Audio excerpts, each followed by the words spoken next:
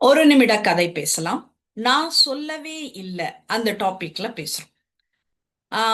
ஒரு எக்ஸாம்பிள்ல நேம் எல்லாம் வந்துட்டு நம்ம இஷ்டத்துக்கு போட்டுக்க வேண்டியதுதான். ரவி வந்துட்டு ஒரு சாதாரண ஆபீஸ் பாய். ஆபீஸ் பாய்னாக்கா ஒரு எம்ப்ளாயின்னே வச்சுக்கோங்க. அவனுக்கு ஒரு பழக்கம். யாராவது அவனுக்கு திட்டினாக்கா அது அவன் மனசுல 10 மடங்கு பெருசாகும். Like he multiplies that.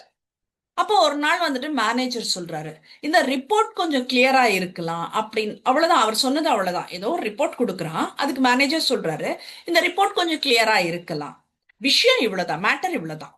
ஆனா ரவிக்குள்ள என்ன நடக்குது தெரியுங்களா? அவர் என்ன இன்கேப்பபிள் நினைக்கிறாரா? நான் இந்த ஜாபுக்கு லாய்க்கு இல்லைன்னு நினைக்கிறாரா?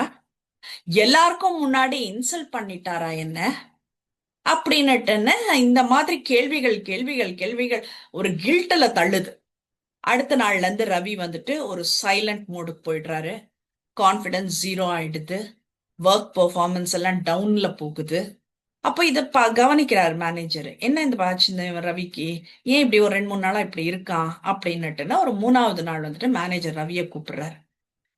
நீ ஏன் இப்படி டல்லா இருக்கீங்க ரவி அப்படின்னுட்டுன்னு கேக்குறாரு.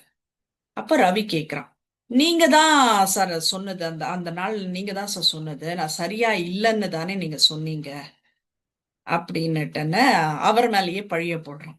மேனேஜர் சிரிக்கிறாரு. அட, நான் கண்டென்ட் நல்லா இருந்ததுன்னு சொன்னேன், ஃபார்மேட் மட்டும் இம்ப்ரூவ் பண்ண சொன்னேன். நீங்க ஆல்ரெடி டேலண்டட் தானே ரவி அப்படின்னுட்டுன்னு சொல்றாரு.